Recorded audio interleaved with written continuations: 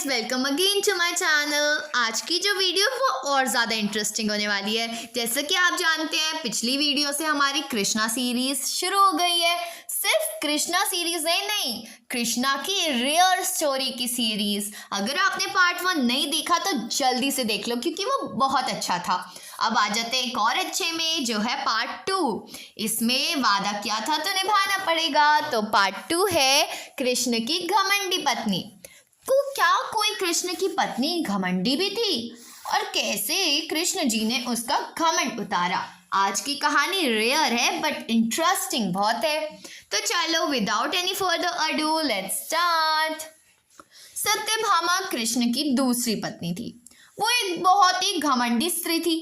उसका ये मानना था कि वो सबसे सुंदर और सबसे अमीर स्त्री है, क्योंकि उनके पिता के पास बहुत धन था। तो सत्यभामा जो जो रत्न और आभूषण चाहती थी वो सब उनको मिल जाते थे। तो सारी संपत्ति, रत्न और आभूषण उनके पास थे। स्वाभाविक रूप से घमंड उनकी एक बड़ी समस्या थी। एक बार कृष्ण जी के जन्म दिवस के अवसर पर सत्यभामा ने सोचा कि वो सबको दिखाएगी कि वो कृष्ण से कितना प्यार करती थी। तो उसने तय किया कि वो कृष्ण के वजन जितना सोना शहर के लोगों पर बांटेगी। इसे तुलाभार कहते हैं। वो मंदिरों में होता है। लोग एक बड़ी तराजू में अपने वजन के बराबर का मक्खन, घी या चावल या कुछ और रखकर वो चीजें लोगों में बांटते हैं। चावल, नमक, दाल या सोना या वो कुछ भी आप दे सकते हैं, जो देना चाहे, आपकी मर्जी।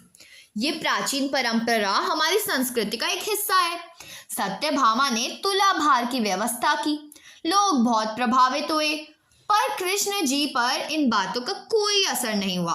वे जाकर तराजू के एक पलड़े पर बैठ गए। सत्यभामा जानती थी कि उनका वजन लगभग कितना है, और उसने उतना सोना तैयार ही रखा था। पर जब उसने सोना दूसरे पलड़े पर रखा तो कांटा जरा भी नहीं हिला। कृष्ण का पलड़ा थोड़ा भी ऊपर नहीं गया। ऐसा ही कुछ एक बार बचपन में भी हुआ था। एक राक्षस आकर उन्हें ले जाना चाहता था। तब कृष्ण ने अपना वजन इतना बढ़ा लिया था कि राक्षस वहीं गिर पड़ा, और कृष्ण ने उसके ऊपर बैठकर उसे कुचलकर मार डाला। क्रिया योग में एक ऐसा तरीका है जिससे कोई योगी अपना वजन बढ़ा या घटा सकता है। और फिर कृष्ण जी तो थे ही भगवान। ऐसी बहुत सी कहानियां हैं कि ऐसे योगी भी थे जो पहाड़ की तरह भारी हो जाते थे और कभी हल्के। लेकिन कृष्ण जी का तो होना संभावित ही था, क्योंकि वो तो देवता थे। तो इस बार भी कृष्ण अपना वजन बढ़ाकर तराजू में बैठ गए। सत्यभामा ने उतना सोना दूसरे पलड़े पर रख दिया था जितना उसके हिसाब से कृष्ण के वजन के बराबर था, पर कुछ हुआ ही नहीं। तब तक शहर में सभी लोग ये घटना देखने के लिए आ गए थे। तब उसने अपने नौकरों से वो सभी गहने मंगवाए जो उसके पास थे।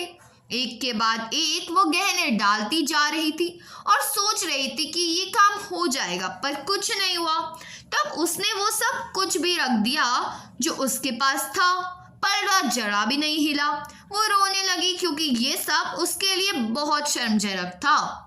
सारा शहर देख रहा था, उसे बहुत शर्म आ रही थी, और उसके पास पर्याप्त सोना भी नहीं था। वो सब तो खत्म हो गया था। वो जो हमेशा अपनी संपत्ति के बारे में इतनी घमंडी थी, उसके पास पर्याप्त सोना ही नहीं है, और उसे समझ पर नहीं आ रहा था कि ऐसा हो क्यों रहा है और वो ऐसा कर क्यों रहे हैं। अब वो करे क्या? तब उसने रुक्मणी की ओर देखा, जिससे वो बहुत जलती थी और हमेशा परेशान रहती थी। उसने रुक्मणी से पूछा, अब मैं क्या करूं? क्योंकि मैं बात सिर्फ मेरे लिए ही नहीं, पर तुम्हारे और हम सब के लिए बहुत शर्मजनक है। मैं क्या करूं? तब रुक्मणी बाहर गई और तुलसी के पौधे के 3 पत्ते उठा लाई। जैसे ही तुलसी के वे पत्ते उसने तराजू के दूसरे पलड़े पर रखे तो कृष्ण का पलड़ा तुरंत ही ऊपर चले गया, क्योंकि तुलसी की तो महिमा ही अपार है। और ऐसे रुक्मणी ने सत्यभामा को समझाया, और कृष्ण जी ने भी समझाया कि हमें घमंड नहीं करना चाहिए, क्योंकि घमंड से हमें बाद में पछतावा होता है। तो यही था, जैसे हम कहते हैं ना, एक तिनका है बहुत तेरे लिए। तो ऐसे ही, लेकिन ये स्टोरी किसी को चिढ़ाने के लिए नहीं है बट एक सबक के लिए, और ऐसा हुआ था, सही में हुआ था। तो ये बहुत अच्छी स्टोरी है। Okay guys, bye bye.